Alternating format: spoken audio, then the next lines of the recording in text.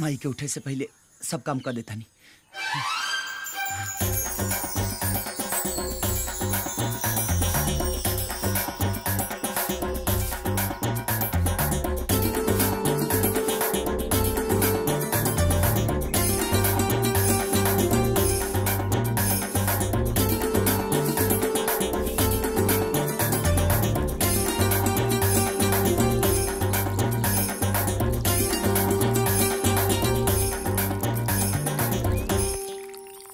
हे भगवान, आज से हम नया जिंदगी की शुरुआत करा था नहीं।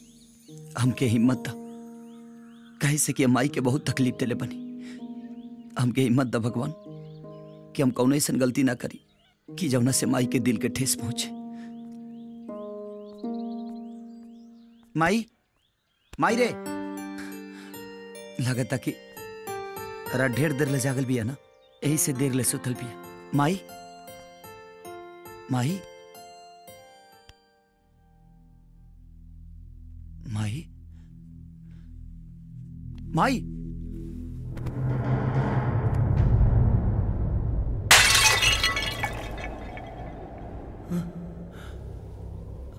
माई, माई, ई का मजाक माई।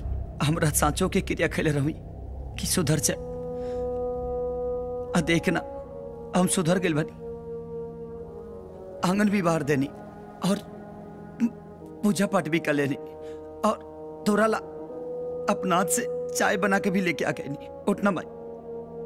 ए माई, देख हम बदल गए बनी, बिल्कुल बदल गए बनी माई। लोग ता झूठों के क्रिया से मरेला, साचों के क्रिया से थोड़ी मरेला। जिंदगी भर हम अपना मन से जियनी, जब तोरा मन से जियल चाहता नहीं तते हमके छोड़ के कैसे जा सके ले माई। उठना माई, माई। मजरा के छाँव में बानी अकेले यार जिंदगी के नाव में।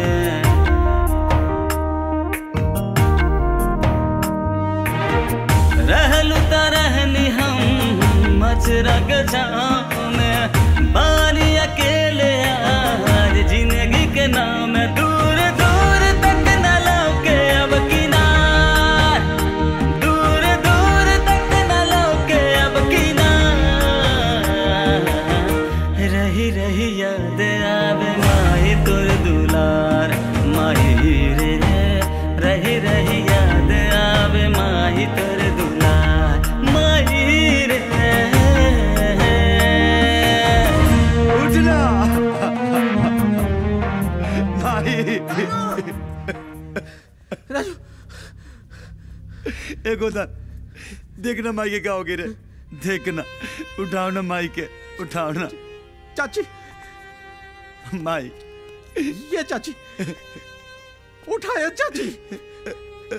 अरे उठा ना चाची, तू हमने को छोड़ के ऐसे नहीं खो जा सके लो। माई, उठाया चाची, उठा ना। ये राजू, हमने के तो फिर से अनाथ हो गई नहीं चाची। उठा माई, उठा चाची, देखना, उठा। देखना गोदा नाल बारे माई। उठा चाची, उठा। बाजी, उठाई ना माई के, देखी ना का हो गइल बा। बेटा, हम तेरा माई के बहुत समझौनी कि बीमारी बहुत खतरनाक हो, शहर जाके इलाज करवा ला। लेकिन हमारी एगो बात ना सुन ली। कहे लगली हम अपना बेटा के छोड़ के कहीं ना जाए, और हमरा से वादा भी ले ली कि हमरा बेटा के कुछ मत बताइए। जौना बात के हमरा डर रहे आखिर हुए भाई। जेकरा के पावे खाती अले भगवान हो। कहीं न कदर हम रहनी नादान हो। कहीं न कदर हम रहनी नादान। आँख खोला तब भइल बाना, आँख खोला तब भइल बाना। रही रही याद आवे माई तोर दुलार माई रे। रही रही हम अक्सर सोचत रहनी कि हमरे बाद त्योहार का हुई। हमारी है चिंता हमरे जिंदगी और मौत के बीच दीवार बन के खड़ी रहल। लेकिन कल जब हम वो लड़की की देखनी तो हम निश्चिंत हो गए नहीं। अरे पागल, वो प्यार करेले तोरा से और वो गलत का कहले। बताओ, कौन लड़की ना चाहेले कि ओकर पति भगोड़ा नहीं एक मर्द हो। बेटा, हार जीत तो अपनी जगह है। कल का लड़ाई तो कि अकेले लड़े के है, और अगर तू ये लड़ाई दिल से लड़बा ना तो तोरी माई और बाबूजी की आत्मा की बहुत शांति मिली।